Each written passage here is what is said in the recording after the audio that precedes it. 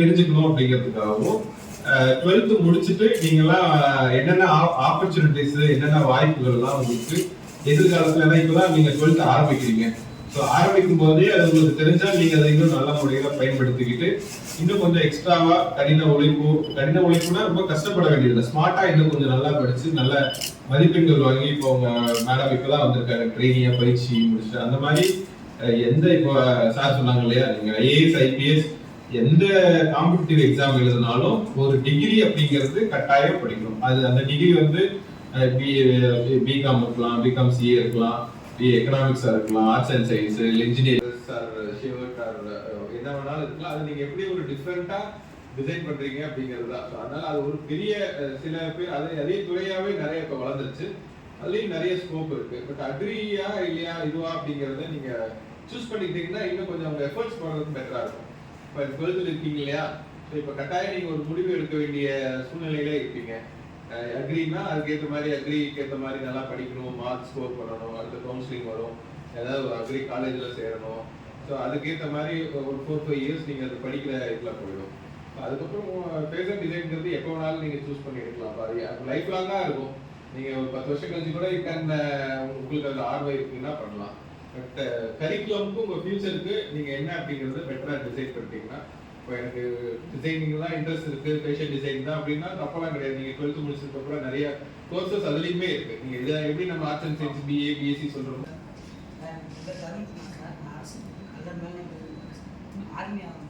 Army okay. ஆர்மினா என்ன மாதிரிப்பா? அமரன் படத்துல வர ஆர்மி ஆஃபீஸரா?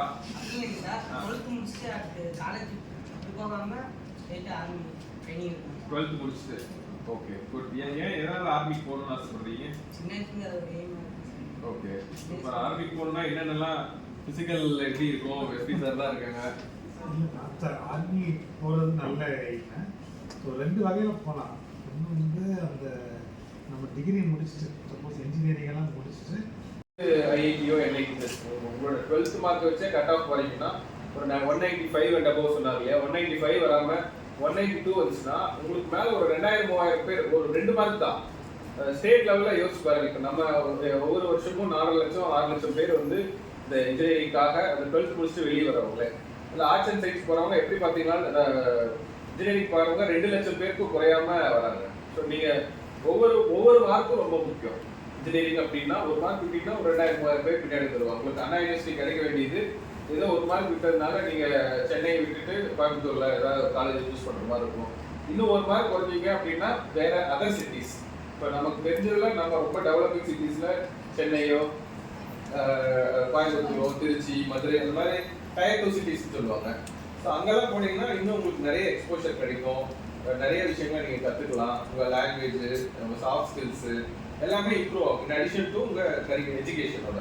ஸோ அதெல்லாம் போகும்போது தான் நீங்கள் நாளைக்கு ஒரு இன்டர்வியூக்கோ இப்போ நீங்கள் நிறைய பேர் ஐஏஎஸ் ஆகணும், எக்ஸாம் எழுதணும், ஒரு பேங்கிங்லாம் போகும்போது உங்களுக்கு இன்டர்வியூன்னு ஒன்று இருக்கும். நீங்கள் ரைட்டிங் டெஸ்ட் ஒன்று இருக்கும், குரூப் டிஸ்கஷனோ இல்லை டிஸ்கிரிப்டிவ் டைப் எழுதுகிற மாதிரி இருக்கும், அப்புறம் பர்சனல் இன்டர்வியூ இருக்கும். இப்போ நீங்கள் ஐஏஎஸ் எக்ஸாம் எல்லாம் எழுதுனீங்க அப்படின்னா ப்ரிலிம்ஸு மெயின்ஸு இன்டர்வியூ.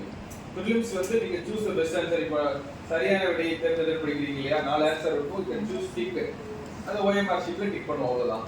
அதே போல் மெயின்ஸ் வந்து இப்போ நீங்கள் 12th எக்ஸாம் எழுதுறீங்க இல்லையா, அதே போல் தான் ஒரு கேள்விக்கு 10 மார்க்கு 15 மார்க்கு 12 மார்க்கு அப்படின்னு ஒரு அது வந்து பக்கமாக நம்ம எழுதணும். அதுக்கப்புறம் 3rd லெவல் தான் வந்து டெல்லியில் வந்து இன்டர்வியூ நடக்கும், பர்சனாலிட்டி டெஸ்ட்னு சொல்லுவாங்க.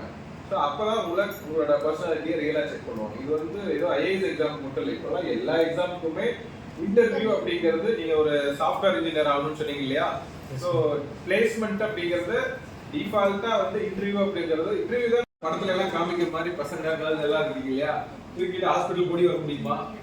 இமீடியட்டா என்ன பண்ணணும்? 108 கால் பண்ணலாம். அதுதான் உங்களால பண்ணக்கூடிய மிகப்பெரிய விஷயம். ஸோ இதெல்லாம் சின்ன சின்ன விஷயங்கள். பட் வந்து ரொம்ப யோசிச்சு பாருங்க. இப்போ கொடைக்கானல் போற வழியில யூ டோன்ட் பிலீவ் ஒரு 12:30க்கு ஒரு ஆக்சிடென்ட் ஆயிடுச்சு. 2 மாசத்துக்கு முன்னாடி 12:30 மணிக்கு அங்க யாருமே இல்லை, அந்த மலைப்பாதையில யாருமே இல்லை, பஸ் வந்து ஆக்சிடென்ட் ஆகி டவுன் ஆயிடுச்சு. ஸோ ஒரு 108க்கு ஃபோன் பண்ணுறது வந்து எவ்வளோ முக்கியம்னு யோசிங்க. இப்போ நார்மலாக நீங்கள் நம்ம ஹைவேஸ்லையோ இங்கே கலெக்டரேட் எப்படி நீங்கள் ஷேப் பண்ணி கொண்டு போகிறீங்க அப்படிங்கிறது ரொம்ப ரொம்ப முக்கியம். எனக்கு ரொம்ப வியப்பாக இருக்கிறது என்னன்னா உங்களோட ஆஸ்பிரேஷன்ஸ்லாம் ரொம்ப ஸ்பெஷலைஸ்டாக இருக்குது. இவ்வளோ கிளாரிட்டி யாராவது சொல்லி கொடுத்தாங்களா இல்லை நீங்களா கற்றுக்கிறீங்களான்னு எனக்கு தெரியல. பட் உங்கள் கிளாரிட்டி உண்மையாலுமே ரொம்ப பாராட்டுதலுக்குரியது. பட் என்னோட ரெக்வஸ்ட் என்னன்னா, இப்போ இருக்கிற அந்த மோட்டிவேஷன், நீங்கள் என்ன எய்ம் வைக்கிறீங்களோ அந்த எய்மை உங்கள் இலக்கை அடையிற வரைக்கும் இருக்கணும். கலெக்டர் எஸ்பி முன்னாடி எல்லாம் சொல்லிட்டு போயிட்டு அப்புறம் அந்த நல்லாயிடக்கூடாது. ஸோ அதனால உங்கள் இலக்கு நீங்கள் என்ன வேணாலும் வச்சுக்கோங்க, அது ரீச் ஆகிற வரைக்கும் அந்த எனர்ஜி இருக்கணும். தம்பியெல்லாம் ஆர்மி சொன்னாங்க. ஸோ ஆர்மியில் எஸ்பி சார் சொன்னாங்க இல்லையா, சிப்பாயா போகிறதுக்கும் ஆஃபீஸராக போகிறதுக்கும் நிறைய டிஃப்ரென்ஸ் இருக்கும். அதனால நல்ல விஷயங்களை பண்ணுங்க. Wish you all the best. சரிங்களா? இந்த எக்ஸாமுக்கும் சரி, உங்களை எல்லாரையும் ஒரு நல்ல ஃபியூச்சரில் மேபி நாங்கள் இங்கே இல்லைனாலுமே கூட ஏதாவது வெவ்வேறு இடங்கள்ல நீங்களாம் இப்போ ஒரு 2-3 வருஷம் கழிச்சு எங்கேயாவது இப்போ டிகிரி எல்லாம் முடிச்சு ஒரு பெரிய பொசிஷனுக்கு வரும்போது உண்மையாலுமே நாங்களே அந்த இடத்துக்கு வந்த மாதிரி ஒரு சந்தோஷப்படுவோம். சரிங்களா? தேங்க்யூ ஆல்மா. அந்த மாதிரி தான் சின்ன சின்ன விஷயங்கள் உங்க வாழ்க்கையில போகும்போது வந்து நீங்க கத்துப்பீங்க. அந்த அதெல்லாம் நீங்க வாழ்க்கையில உங்க 12th அப்புறம் கத்துக்கிறது. 12th புக்ஸ் பிளஸ் நீட்னா அதுக்கேற்ற மாதிரி ப்ரிப்பரேஷன், ஜேஇ இந்த இன்ஜினியரிங் போறவங்க அதுக்கேற்ற மாதிரி preparation, fashion design entrance exam இருக்கு. ஸோ நீங்க எந்த இதுக்கு போறீங்களோ நீங்களா சர்ச் பண்ணி தேடிக்கங்க. அதுக்கப்புறம் எஃபர்ட்ஸ் போட்டு உங்க டீச்சர்ஸ் கிட்ட ஹெல்ப் கேட்கலாம். பக்கத்துல ஏதாவது இன்ஸ்டியூட்ஸ் இருக்கும். ஸோ அதான் உங்க கெரியர் கைடன்ஸ் டீச்சர்னே இப்போ உங்களுக்குலாம் ஒருத்தர் இருக்காங்க, அவங்க கிட்ட கேட்கலாம். அவங்க ஹெச்எம்ஸ் கிட்ட, பிஓஸ் வருவாங்க. அந்த மாதிரி யாராவது ஒருத்தர்கிட்ட கேட்டு தெரிஞ்சுக்கலாம். ஏன்னா உங்களுக்கு சாலிடா 1 வருஷம் இருக்கு. அதனால நல்லா அதை பயன்படுத்திக்கங்க.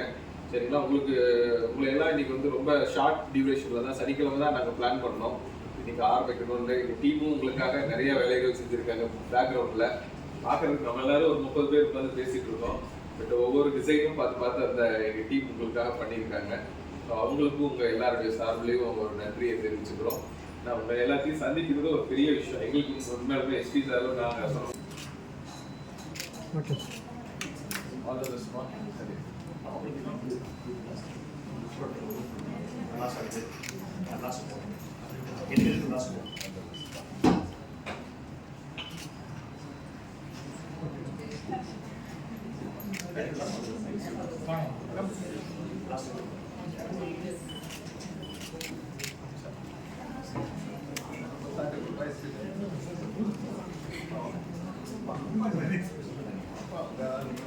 இங்கே திரும்பி கேட்போம்.